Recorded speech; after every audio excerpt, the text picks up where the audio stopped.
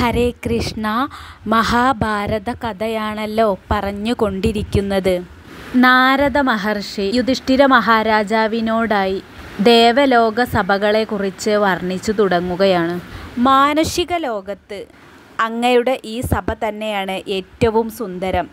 എന്നാലും ഞാൻ കണ്ട സഭകൾ പറഞ്ഞു തരാം എന്ന് പറഞ്ഞ് നാരദ മഹർഷി ദേവലോക സഭകൾ പറഞ്ഞുകൊണ്ടിരിക്കുകയാണ്. ആദ്യം ഇന്ദ്രൻ്റെ സഭയാണ് വർണ്ണിക്കുന്നത്. നാരദ മഹർഷി പറഞ്ഞു, ഇന്ദ്രൻ്റെ ദിവ്യമായ ശോഭയോടുകൂടിയ സഭയാണ്.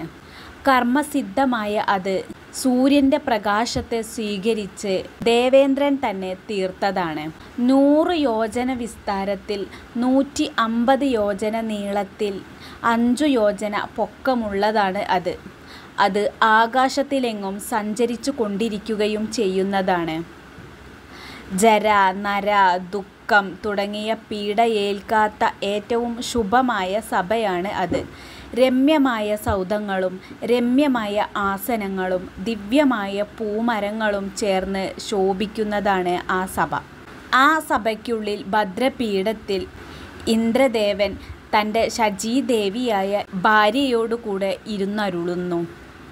പറഞ്ഞറിയിക്കുവാൻ വയ്യാത്ത ദിവ്യമായ അഴകോടുകൂടി കിരീടം ധരിച്ച് പുത്തൻ വസ്ത്രങ്ങളും ആഭരണങ്ങളും അണിഞ്ഞ് കീർത്തിയും ശോഭയും ചേർന്ന് അവിടെ നിത്യം മഹാത്മാവായി ദേവേന്ദ്രൻ ഉപാസിക്കപ്പെടുന്നുണ്ട്. അംഗാരകനാണ് ദേവേന്ദ്രനെ അവിടെ ഉപാസിക്കുന്നത്. അവിടെ രാജാക്കന്മാരും ദേവന്മാരും ദേവർഷിമാരും എല്ലാവരും അവിടെ ദേവേന്ദ്രനെ സേവിക്കാനായി എത്തുന്നുണ്ട്. അപ്സരസ്സുകളും ഗന്ധർവന്മാരും സംഗീത നൃത്തവാദ്യ ഹാസ്യങ്ങളോടുകൂടെ സന്തോഷമായി ഇന്ദ്രദേവനെ രമിപ്പിക്കുന്നു. സ്തുതി മംഗളാഘോഷങ്ങളാൽ കർമ്മം ചൊല്ലി സ്തുതിച്ചുകൊണ്ട് ദേവേന്ദ്രനെ വാഴ്ത്തിപ്പാടുന്നു. പുഷ്കരമാലിനി എന്നു പേരുള്ള ഈ ദേവേന്ദ്ര സഭ മഹാബാഹു ഞാൻ കണ്ടിരിക്കുന്നു. ഇനി യമദേവൻ്റെ സഭയെപ്പറ്റി പറയാം. യമദേവൻ്റെ സഭ യുധിഷ്ഠിര കേൾക്കുക. വിവസ്വാൻ്റെ പുത്രനാണ് യമരാജൻ. ആ സഭ വിശ്വകർമാവാണ് പണി ചെയ്തത്. തേജസ്സുള്ള ആ സഭ 100 യോജന നീളവും 100 യോജന വീതിയും ഉള്ളതാണ്. വിസ്താരം തുല്യമാണ്. സൂര്യപ്രകാശം തട്ടുമ്പോൾ അത് ഇഷ്ടമുള്ള രൂപം കൈക്കൊള്ളുന്നു. ചൂട്, തണുപ്പ് എന്നിവ ഏൽക്കാത്ത ഒരിടമാണ് അത്. മനസ്സിന് വളരെ പ്രീതി നൽകുന്ന ഒരിടമാണ് ആ സഭ. പലതരം രസമേറിയ ഭക്ഷണ സാധനങ്ങൾ അവിടെ ഉൽപ്പാദിപ്പിക്കപ്പെടുന്നുണ്ട്. മഹർഷിമാരും രാജാക്കന്മാരും ഏതു സമയത്തും അവിടെ വന്നുകൊണ്ടിരിക്കുന്നുണ്ട്.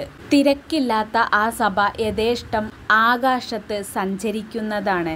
വളരെ കാലം തപസ് ചെയ്തുകൊണ്ട് വിശ്വകർമാവ് നിർമ്മിച്ച സഭയാണ് ഇത്. പ്രഭ കൊണ്ട് ഉജ്ജ്വലിച്ച് തെളിയുന്നു. 100,000 ധർമ്മചാരിമാർ സ്വരൂപശീലന്മാരായി ആ യമദേവനെ എപ്പോഴും ഉപാസിക്കുന്നു. ഇപ്രകാരമാണ് പിതൃരാജൻ്റെ സഭ. ഇവിടെയാണ് അങ്ങയുടെ പിതാവായ പാണ്ഡു മഹാരാജാവും ഉള്ളത്. ഇനി ഞാൻ വരുണ സഭയെപ്പറ്റി പറയാം. യുധിഷ്ഠിര കേൾക്കുക. കോട്ടയും അളവുകളുമൊക്കെയുള്ള സഭയ്ക്ക് തുല്യം തന്നെയാണ് അത്. അത് വെള്ളത്തിൻ്റെ ഉള്ളിലാണ് വിശ്വകർമാവ് തീർത്തത്. ഫലപുഷ്പങ്ങൾ തൂകുന്ന ദിവ്യമായ രത്നദ്രുമങ്ങളും മഞ്ഞ, നീല, വെള്ള, കറുപ്പ്, ചുവപ്പ് ഇങ്ങനെ പല നിറം കലർന്ന് പന്തലിച്ച മാമരങ്ങളും വള്ളിക്കുടിലുകളും ചേർന്ന് അത് വിളങ്ങുന്നു. വിചിത്രവും മധുരവുമായ സ്വരമുള്ള അഴകറ്റ അസംഖ്യം പക്ഷികൾ അവിടെ വസിക്കുന്നു. വിചിത്രമായ ആസനങ്ങളോടും ചേർന്നതാണ് വരുണൻ്റെ സഭ. അതിൽ വരുണൻ വരുണീദേവിയോടുകൂടെ വാഴുന്നു. തക്ഷകൻ, വാസുകി, മഹാനാഗൻ, ഐരാവതൻ, രോഹിതൻ, പത്മൻ, കർക്കോടക ധനഞ്ജയന്മാർ തുടങ്ങിയവർ അവിടെ വസിക്കുന്നുണ്ട്. ഗീതവാദ്യങ്ങളോടുകൂടെ അപ്സര സ്ത്രീകളും ഗന്ധർവ മണ്ഡലങ്ങളും എല്ലാം ആ സഭയിൽ സ്തുതിച്ച് വരുണദേവനെ ഉപാസിക്കുന്നു. ഇനി കുബേരൻ്റെ അഴകുള്ള സഭയെപ്പറ്റി ഞാൻ പറയാം. ആ കുബേരൻ്റെ സഭ 100 യോജന നീളത്തിലും 70 യോജന വീതിയിലും ശുഭമായി ശോഭിക്കുന്നു. ഇത് കുബേരൻ തന്നെ തപസ് ചെയ്ത് നേടിയതാണ്. കൈലാസ ശിഖരം പോലെ ചന്ദ്രപ്രഭമായ കോട്ടകളോട് കൂടിയ ആ സഭ കുബേരൻ്റെ ഗുഹ്യകന്മാർ ചുമന്ന് ആകാശത്തുയർന്ന് നിലകൊള്ളുന്നു. ദിവ്യമായ പൊൻമേടകളോടു കൂടിയ ആ സഭ വിശിഷ്ടമായ മഹാരത്നങ്ങൾ ചേർന്ന് വിചിത്രമായ ദിവ്യഗന്ധം വീശിയതാണ്. ക്രവ്യാതരും മറ്റു പല ഗന്ധർവന്മാരും മഹാത്മാവായ കുബേരനെ ആ സഭയിൽ ഉപാസിക്കുന്നു. മഹാദേവൻ പാർവതീദേവിയോടുകൂടെ കുബേരനെ ഉപാസിക്കുന്നുണ്ട്. ഇനി ഞാൻ ബ്രഹ്മാവിൻ്റെ സഭയെപ്പറ്റി പറയാം. ബ്രഹ്മസഭ അത് ഇന്ന വിധമാണെന്ന് പറയുവാൻ പ്രയാസമാണ്.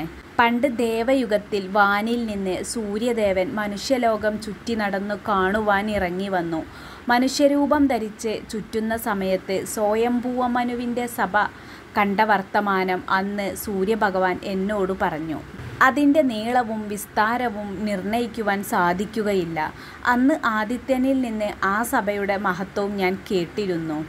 ആ സഭ കാണുവാനുള്ള ആഗ്രഹത്തോടെ ഞാൻ സൂര്യഭഗവാനോട് ചോദിച്ചു, ഭഗവാനെ, ബ്രഹ്മസഭ കാണുവാൻ ഞാൻ കൊതിക്കുന്നു.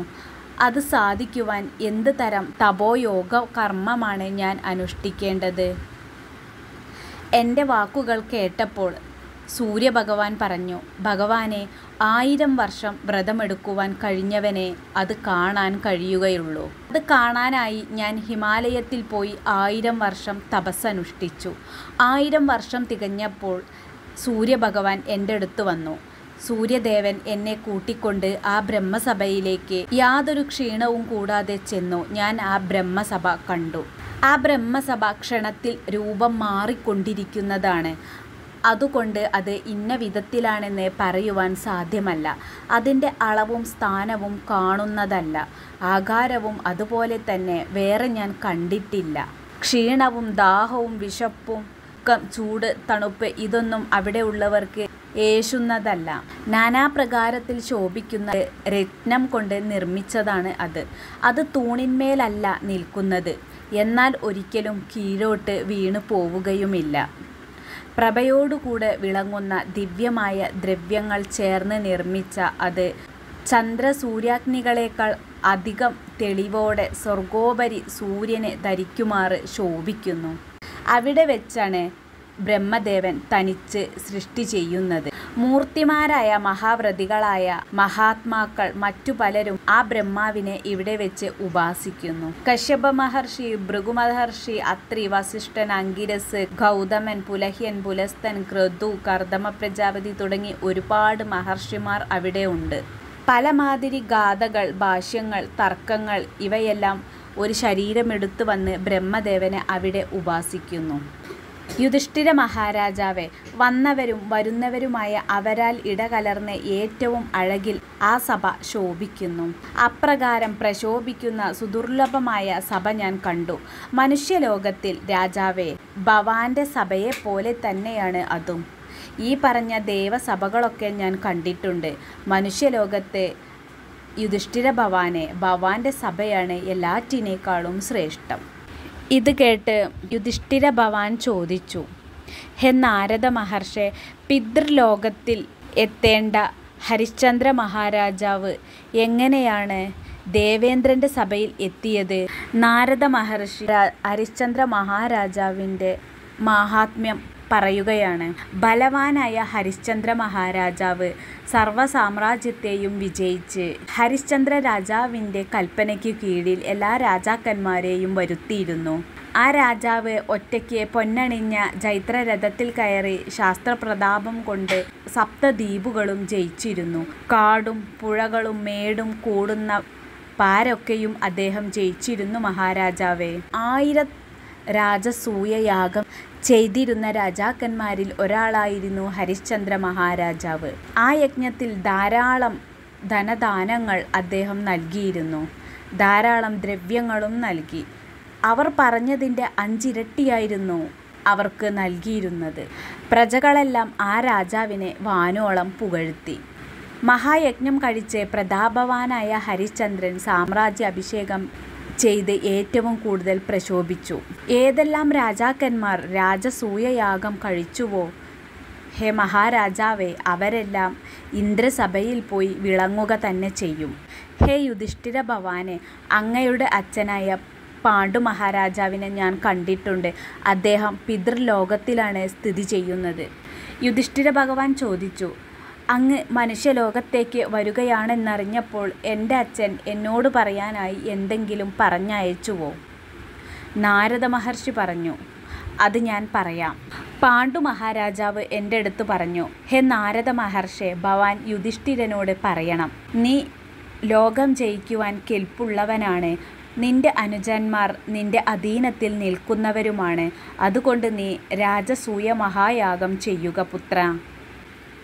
പുത്രനായ നീ ഈ യാഗം ചെയ്താൽ ഞാൻ ഹരിശ്ചന്ദ്രനെ പോലെ ദേവരാജാവിൻ്റെ സഭയിൽ ഒട്ടേറെ കാലം എനിക്കും വസിക്കാം. നാരദ മഹർഷി പറഞ്ഞു, എന്നാൽ അങ്ങനെയാകട്ടെ, ഞാൻ ഭൂലോകത്തിൽ പോയാൽ ഭവാന്റെ പുത്രനോട് ഈ സന്ദേശം ഉണർത്തിക്കാം എന്ന് പാണ്ഡുരാജാവിനോട് ഞാൻ പറഞ്ഞു. അദ്ദേഹത്തിൻ്റെ ആ സങ്കല്പം ഹേ യുധിഷ്ഠിര ഭവാനെ അങ്ങ് നിറവേറ്റുക. ഇങ്ങനെ പറഞ്ഞ് നാരദ മഹർഷി ദ്വാരകയിലേക്ക് യാത്രയായി. യുധിഷ്ഠിര മഹാരാജാവ് തൻ്റെ സഹോദരങ്ങളോട് കൂടെ ചേർന്ന് പിതാവിന് ദേവേന്ദ്രലോകം കിട്ടാനായി രാജസൂയയാഗം ചെയ്യാൻ തന്നെ തീരുമാനിച്ചു. രാജസൂയയാഗത്തെക്കുറിച്ച് അടുത്ത പ്രാവശ്യം പറയാം. ഹരേ കൃഷ്ണ.